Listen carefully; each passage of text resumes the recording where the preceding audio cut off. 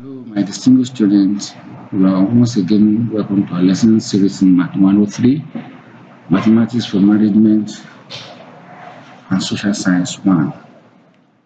Our lesson's topic today is simple compound interest and analysis. Once again, you are welcome. My name is Dr. Adeluga from the Department of Mathematics. You are once more welcome to the lecture series on symbolic logic.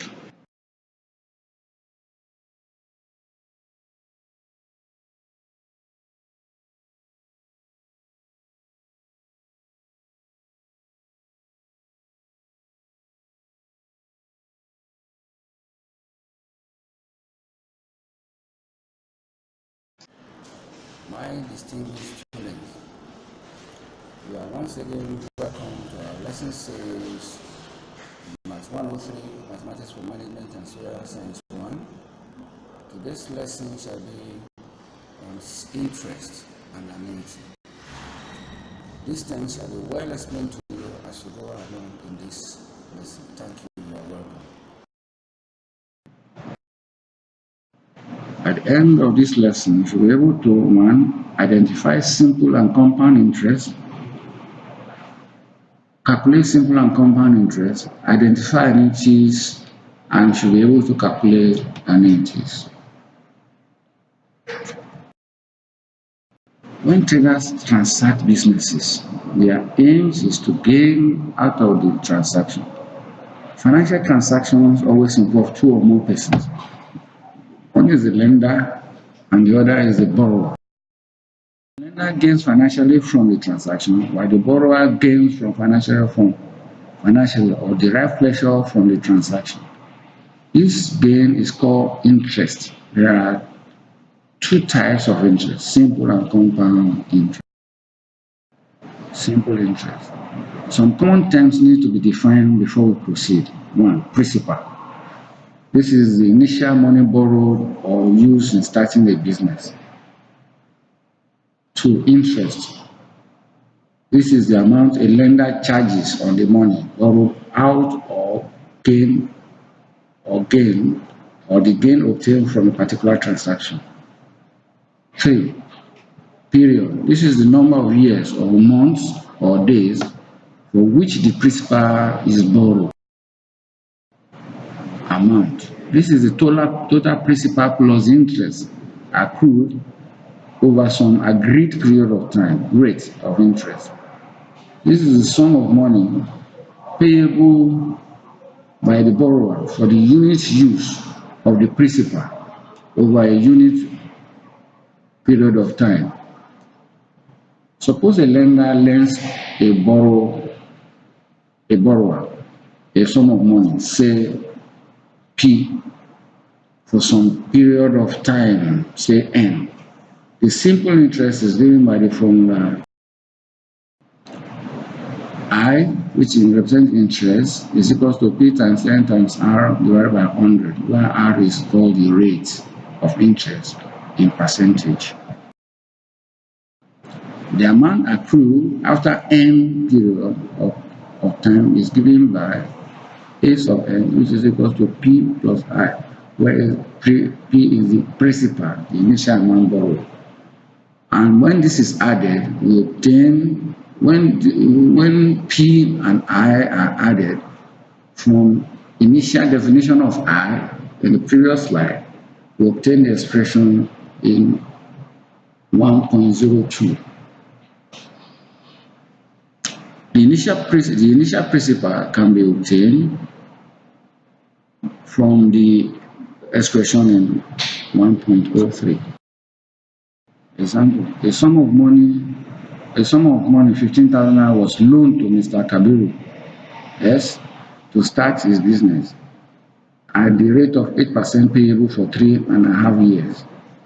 Determine the interest and amounts accrued at the end of the transaction period. The initial money borrowed is called loaned is called the principal, which is 15,000. The number of years is denoted by N, which is equals to 3.5, where 3.5 represents half of the year. R is equals to the rate, which is 8 over 100, is always in percentage. Putting this in the previous formula for R, for I, which is the interest, you obtain the sum of 4,200.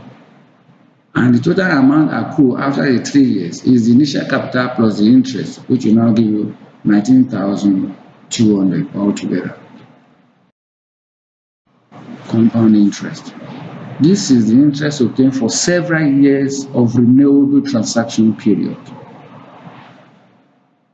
between the borrower and the lender. The formula for calculating the money accrued, the amount accrued, is given by expression in 1.04, where P is the what? Is the principal, the initial money borrowed or used in starting the business, and R is the rate in percentage, N is the number of years.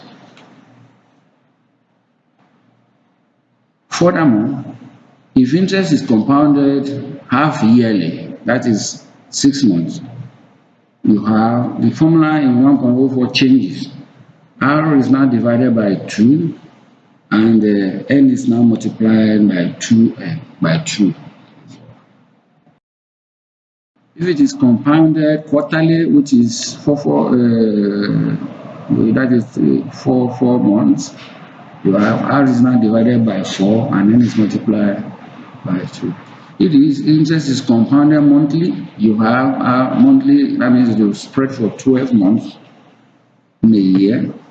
R will now be divided by 12, and N will multiply by 12. Example. A sum of money to water was loaned out at the rate of 10% per annum for 6 years. Determine the compound interest. Using the formula defined above for compound 16,000,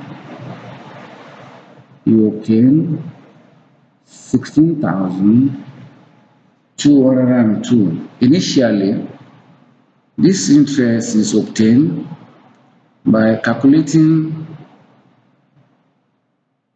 AN, where AN is the formula for the compound interest, and which will now give you the interest compounded for that year.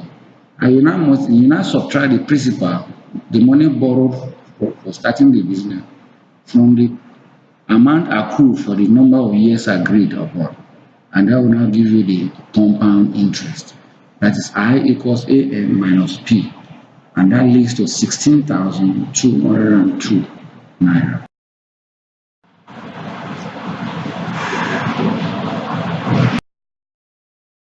Example 3. A sum of money 15,000 is continuously compounded for a period of 6 years at a rate of 6% per annum. Determine the accrued amount at the end of the agreed period. Here we have, as earlier defined, this is equals to P times RN 100. This is a long period, that is 6 years. So, and that will give us 21,000 naira, 21,500 naira. This is the reason why this formula is used, is because the number of years given is a bit large, that is 6 years. If the interest rate changes for distinct years, say R1, RJ, RK, and N1, NJ, NK years respectively, the amount accrued is given by the principal multiplied by each by bracket open 1 plus RI over 100 raised to power NI, 1 plus RJ over 100 raised to power NJ, 1 plus RK over 100 raised to power NK, where N is equals to N1 plus NJ plus NK. Each of these years will be computed and multiplied by the initial principal again. That is 4 points. The expression is given in 4.0. Example, determine the compound interest of a loan 80,000 naira for 3, 2, and 4 years.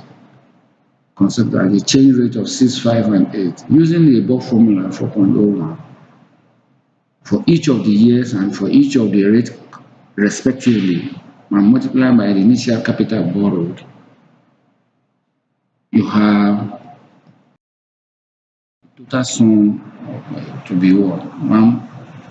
142,016. The interest will now be A minus P. That is I will AN minus P, and the result is 62,916. Depreciation and growth. In the compound interest we've been defined above, you always have P plus bracket open and close 1 plus Rn minus Rn divided by 1 raised to power n. If you change the plus to minus, you obtain what we call depreciation.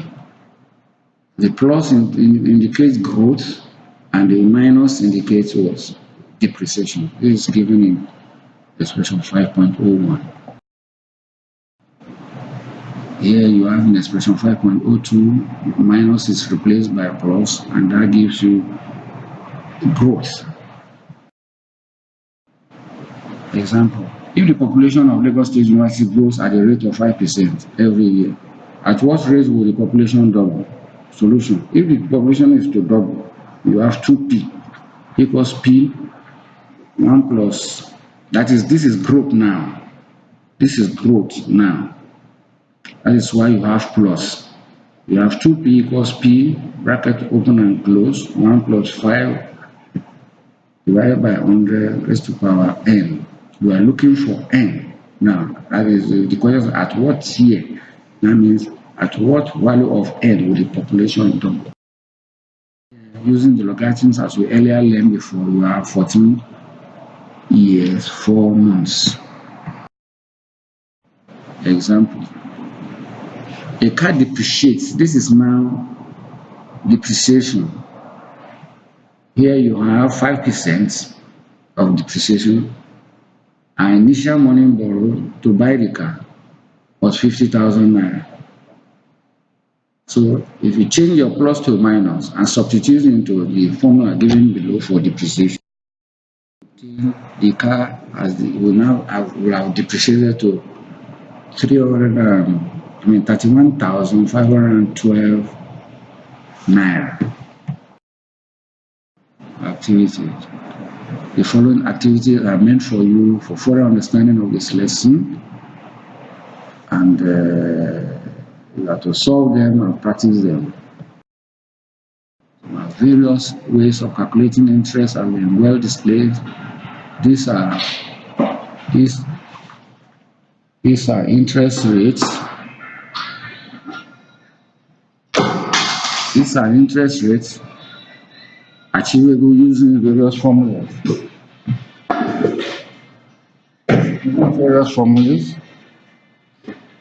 Given in the lesson. Having studied the units,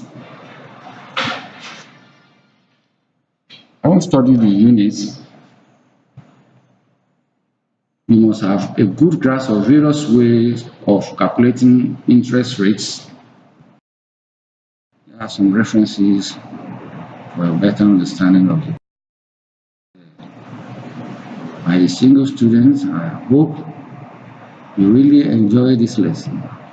If those problems in the activity given to you are consulted, more examples and more activities in those problems given to you are done, you are in a very good position of understanding this. Thank you.